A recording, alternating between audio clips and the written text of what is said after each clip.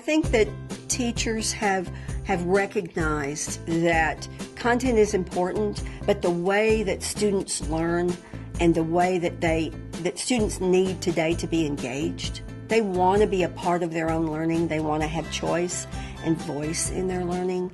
And the way that a teacher helps them learn the content has got to change.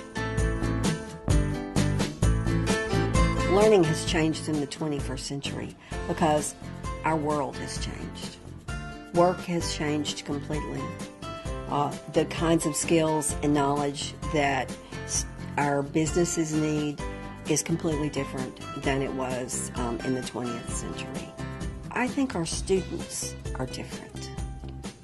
Their expectations for being involved in their learning are much higher. They really want to know, why do I have to learn this? Our framework that we've developed over the last several years really describes how learning in the 21st century ought to be arranged. So we believe that there ought to be a strong focus, of course, on the core content and on interdisciplinary themes such as global awareness, financial literacy, civic literacy, health literacy, global literacy. But also students have to have the skills in order to be able to use the knowledge that they're gaining in school. So the 4 C's are the heart of the framework. They are critical thinking, collaboration, communication, and creativity and innovation. We've learned from talking a lot with our business partners and our government partners and even community leaders that students must have these skills in order to succeed. One example of the 4 C's in action, when you walk in each classroom, what you will see is you probably won't be able to see the teacher when you first walk in because he or she will be in a small group or talking to one student and is busy. You will also see small groups of students. You might see some up at the whiteboard, and in every case you will see students who, if you walk up to the student and you say, "What are you doing?"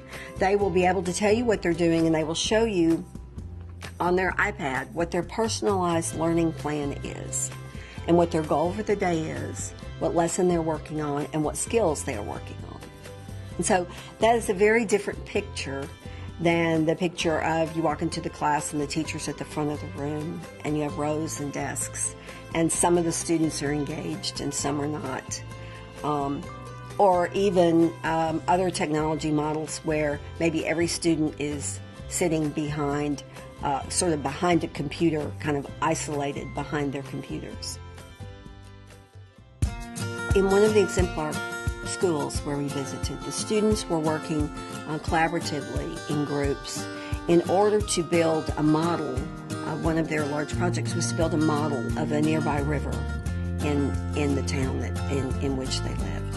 And so the students would, there were 5 or 6 collaborative groups in the classroom. And some of them were in charge of researching the geography and the geology around the river itself.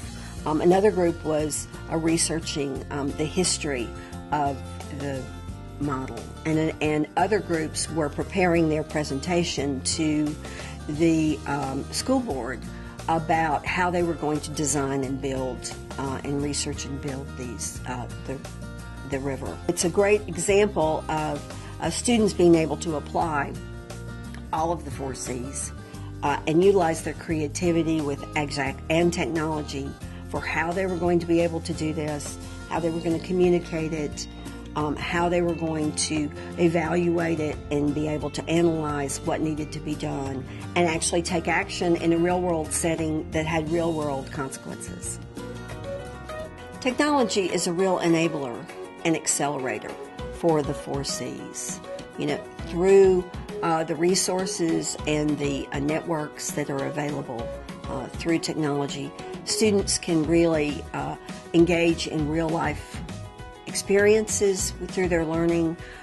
They can contact authors and scientists throughout the world. They can engage in games and other things that build critical thinking. and they can collaborate with people across the world.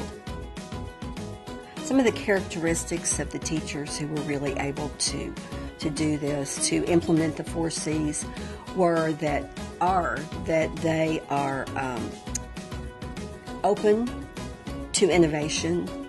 They are risk takers, not afraid to fail. And so it's really many of those life and career skills, that responsibility, that flexibility. The teachers that are really implementing the 4 C's are those that are exhibiting these skills and are passing those skills on and through to their students. The advice that I would give a teacher getting new technology in their classroom and wanting to really implement the 4 C's would be to probably start small. Start with baby steps. Connect with other colleagues who are trying to do it across your school or across the country or across the world, and build support so that you can be open to innovation and be willing to try new things.